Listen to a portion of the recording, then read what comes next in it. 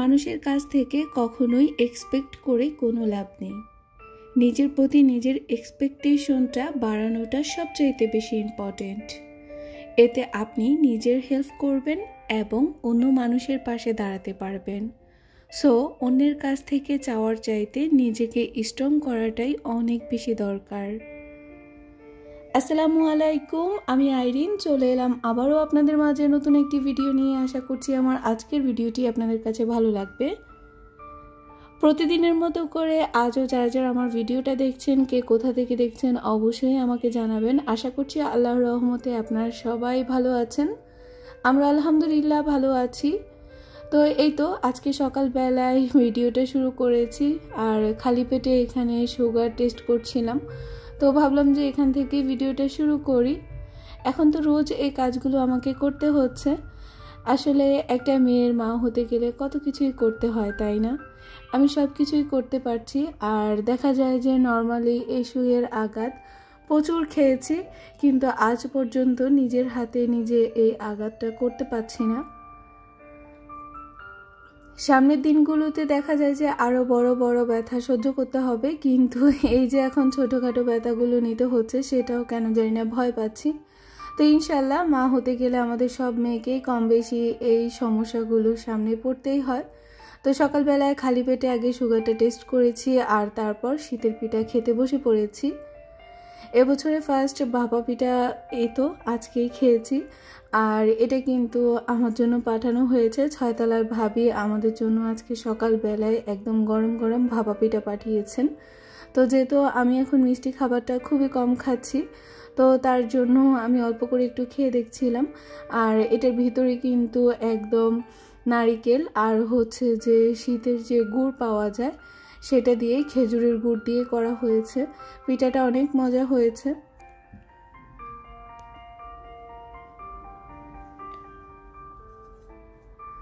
Video শুরুতে আমি আমার সেই সকল আপু ভাইয়া আন্টিদেরকে রিকোয়েস্ট করতে চাচ্ছি, প্লিজ যারা যারা অলরেডি আমার ভিডিওটি দেখা শুরু করে দিয়েছেন অবশ্যই ভিডিওতে একটি লাইক দিয়ে দেবেন। কেননা আপনাদের একটি লাইকের কারণে কিন্তু আমার ভিডিওটা আরও অনেকের কাছে পৌঁছে যেতে সাহায্য করবে। এতে করে আমি অনেক বেশি উপকৃত হব। আর কাজটি যদি অলরেডি আপনারা করে থাকেন, আপনাদের সকলকে জানাই অসংখ্য ধন্যবাদ।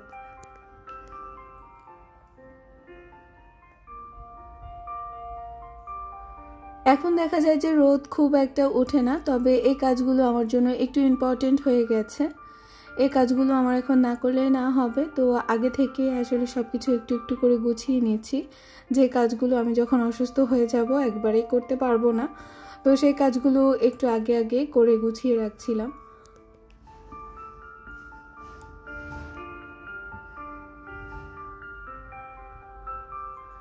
আমি সবসময় গরম মশলাটা এভাবেই তৈরি করি। বাসায় থাকা যে কোনো মশলা আমি সব কিছু পরিমাণ মতো মিক্স করে ফেলি। লং, এলাচ, দারচিনি, গোলমরিচ, তার সাথে জিরে, তেজপাতা, যা যা দেওয়া লাগে, জায়ফল, তো সব কিছু একটা পরিমাণে দিয়ে তারপর এগুলোকে ধুয়ে শুকিয়ে এরপর আমি টেলে তারপর কিন্তু এটাকে ব্লেন্ডারে গুঁড়ো করে ফেলি। আমি এই মশলার যে রেসিপিটা সেটা আপনাদের সাথে কয়েকবার শেয়ার করেছি, তাই এবার আর শেয়ার করিনি। জাস্ট একটু কাজ করছিলাম, তো ভাবলাম যে একটু ক্লিপ নেই, সেটা আবার আপনাদের সাথে শেয়ার করি। আসলে আমাদের লাইফস্টাইল ভিডিওতে আমরা প্রত্যেক দিন কী কাজ করছি না করছি এগুলোই তুলে ধরার চেষ্টা করছি, আর এগুলো দেখা যায় যে অনেকের কাছে ভালো লাগে দেখতে, তো তার জন্যই আপনাদের সাথে শেয়ার করে যাচ্ছি। হঠাৎ করে একটু আয়ানের স্কুলে যেতে হয়েছে, আর স্কুলে যাওয়ার পর দেখছি যে ওদের স্কুলের মাঠে বিশাল আয়োজন চলছে, বিয়ের আয়োজন। তো ডিসেম্বর মানে বিয়ে, খাওয়া দাওয়া, হই হুল্লোড়, আনন্দ। তবে আমাদের এই ডিসেম্বরে ফ্যামিলিতে তেমন কোনো বিয়ের কোনো কিছুই হয়নি, কারোই বিয়ে হয়নি ওরকমভাবে। তো তার জন্য ভালোই আছি, যেহেতু আমিও এখন যেতে পারবো না। বিয়ে হলে আফসোস হতো না যেতে পারলে। তো এখানে বিয়ের অনুষ্ঠান চলছে, দেখতে ভালোই লাগছে। ওর স্কুলে এসেছিলাম ওদের কাগজ দেখাবে সেই জন্য, তো ওর কাগজটা দেখেছি, আর তারপর কিন্তু আবার ফিরে যাব। তো এই তো এখানে ভাবলাম যে একটুখানি দাঁড়াই দেখি। আসলে বিয়ের রান্না বান্না দেখতে আমার কাছে বেশ ভালো লাগে, তো তাই নিজেও একটু দেখছিলাম, আপনাদের সাথেও একটু শেয়ার করলাম।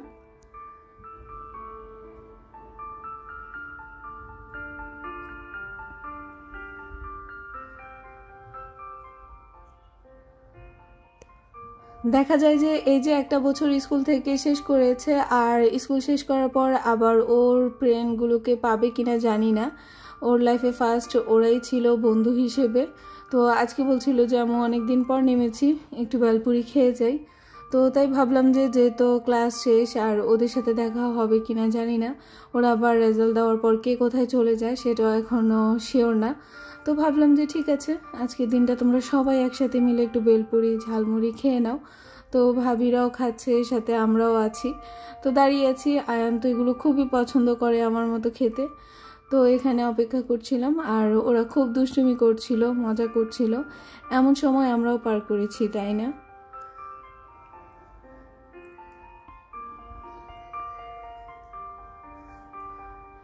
তো এই তো এর মাঝে বাসায় ফিরে এসেছি, আর দেখছিলাম যে মা রান্না বান্না করছে, তারও পাশাপাশি আরও অনেক কাজ আছে। আসলে বাসায় এখন টুকটাক অনেক কাজই করতে হচ্ছে। শীতের সময় দিনটা ছোট, আর এই ছোট দিনে দেখা যায় যে একটার পর একটা কাজ করতেই হচ্ছে মাকে। তো মাকে একটু হেল্প করতে পারলে নিজের কাছেও ভালো লাগে। সারাদিন মা শুধু এখন কাজ নিয়ে ব্যস্ত থাকে, একা হাতেই সব কিছু সামলায়। তো আমি বলছিলাম যে ঠিক আছে, তুমি অন্য কিছু করে নাও, এদিকে আমি একটু দাঁড়াই। তো আমি দাঁড়িয়ে দাঁড়িয়ে একটু টুকটাক রান্না বান্না হেল্প করছিলাম মাকে।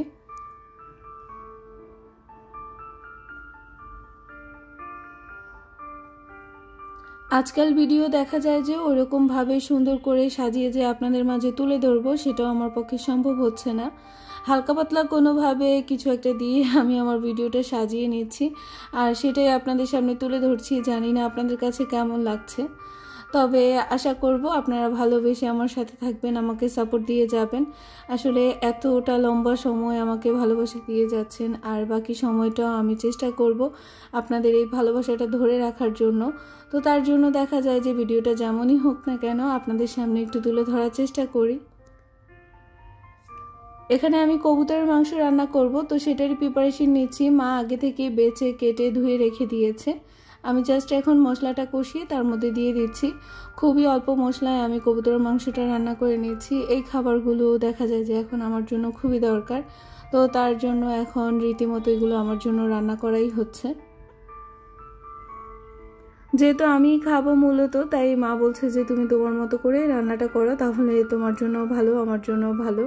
তো তার জন্য আমি অল্প মশলায় এই যে কবুতরের বাচ্চাগুলো রান্না করে ফেলছিলাম।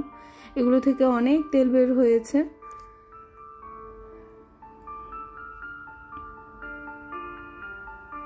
কবুতরের মাংস অনেকেই পছন্দ করেন, আবার অনেকেই করেন না, তবে আমার কাছে কিন্তু ভালোই লাগে খেতে।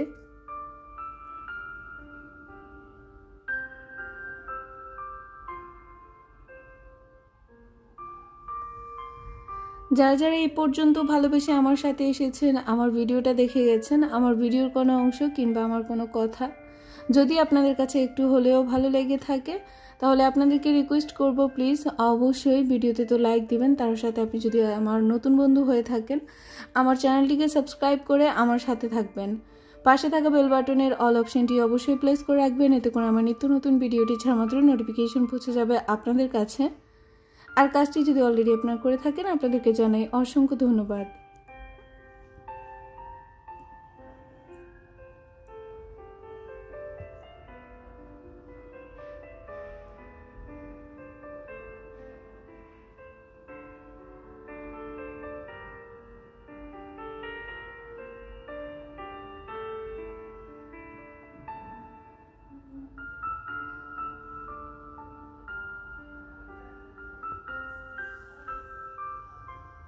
এখানে এই যে ছোট মাছগুলো দেখতে পাচ্ছেন, এগুলো কিন্তু বেশ কিছুদিন আগে আমার বাবা যখন আমার সাথে দেখা করতে এসেছেন তখন নিয়ে এসেছেন। এগুলো হচ্ছে আমাদের পুকুরের ছোট মাছ, এগুলোকে আমরা কাচকি মাছ বলি, অনেকে অনেক নামে বলে থাকেন। আর প্যাকেটের যে মাছগুলো আছে, এখানে পুঁটি মাছ, কাচকি মাছ, এগুলো আমার বড় আপু পাঠিয়েছে, বড় আপুর পুকুরের। তো দেশের মাছ খুবই ভালো লাগে খেতে। আর এখানে মায়ের জন্য আমার মা সুপারি পাঠিয়েছেন আমাদের গাছের। মা যেহেতু পান খেতে পছন্দ করেন, তো মায়ের জন্য কিছু সুপারি পাঠানো হয়েছে। তো এই তো ছোটো মাছ তো আমার কাছে অনেক ভালো লাগে, আমি অনেক পছন্দ করি, তো তার জন্য এখানে বেশ কিছু ছোট মাছ পাঠানো হয়েছে। বাবা আসার সময় ছোট আপুর বাসা হয়ে এসেছিল, তো ছোট আপু আবার আসার সময় আমার জন্য সরিষা ইলিশ রান্না করে দিয়েছে। তো ভাবলাম যে এটা নামিয়ে রাখি, গরম করে খেয়ে ফেলবো। তো তার জন্য এটাকে নামিয়ে রেখেছি। আর এখানে এটা হচ্ছে গ্রামের কচু, এটা মা গ্রাম থেকেই ভাপিয়ে তারপর ডিপ ফ্রিজে রেখে পাঠিয়েছেন। তো এইগুলোই আজকে রান্নাবান্না করব, আর খুব বেশি কিছু করব না। কচু বোনা করব, সাথে সরিষা ইলিশ, আর সাথে তো কবুতরের মাংস আছেই।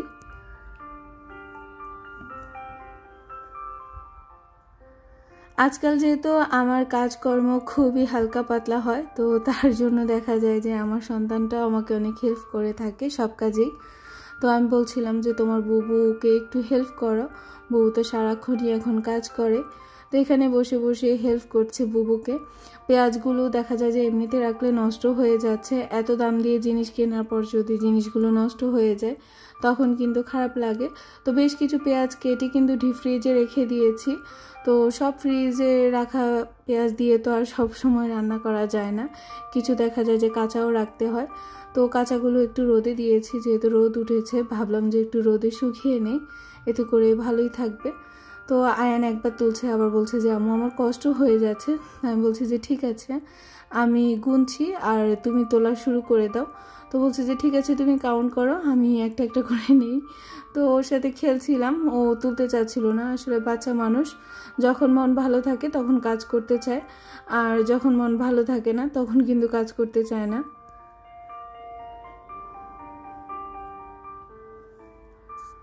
তো এই তো সকালবেলায় ওপাশে যে আমি মশলাটা রোদে শুকাতে দিয়েছি ওটাও কিন্তু মোটামুটি শুকিয়ে গেছে। এখন বাদবাকিটা আমি চুলায় করে ফেলবো। তো মা এখানে তুলে নিচ্ছে, আর আমি সন্ধ্যার পর চেষ্টা করব এগুলোকে আমার মতো করে প্রসেস করে রেখে দিতে।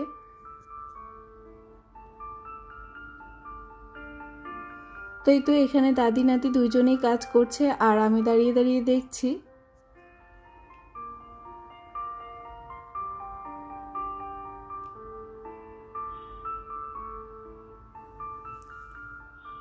আমার আজকের ভিডিওটা যারা যারা শুরু থেকে শেষ পর্যন্ত দেখেছেন আপনাদের সবাইকে জানাই অসংখ্য ধন্যবাদ।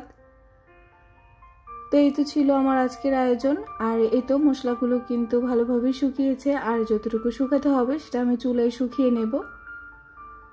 কেমন লেগেছে আমার আজকের ভিডিওটা অবশ্যই আমাকে জানাবেন। পুরো ভিডিও জুড়ে হয়তো আমার অনেক ভুল ত্রুটি আপনাদের চোখে পড়েছে, আমার সেই সকল ভুলগুলো আপনারা সবাই প্লিজ ক্ষমার দৃষ্টিতে দেখবেন। ভালোবেসে আমার সাথে থাকবেন, আমাকে দেখে যাবেন, আমাকে সাপোর্ট করবেন।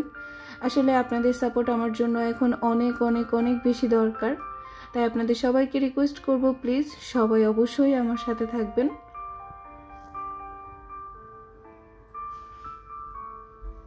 তো শীতের এই ছোট্ট দিনটা দেখা যায় যে হুট করেই শেষ হয়ে যায়, আর আমার ভিডিওটা একদম শেষ পর্যায়ে।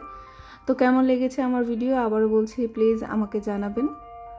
আজকের মতো আমি সবার সুস্বাস্থ্য কামনা করছি, সবাই ভালো থাকবেন, সুস্থ থাকবেন, পরিবারের খেয়াল রাখবেন। ইনশাল্লাহ আবারও দেখা হবে নতুন কোনো ভিডিও নিয়ে। সেই পর্যন্ত সবাই ভালো থাকবেন, আমার জন্য দোয়া রাখবেন। আল্লাহ হাফেজ, আসসালামু আলাইকুম।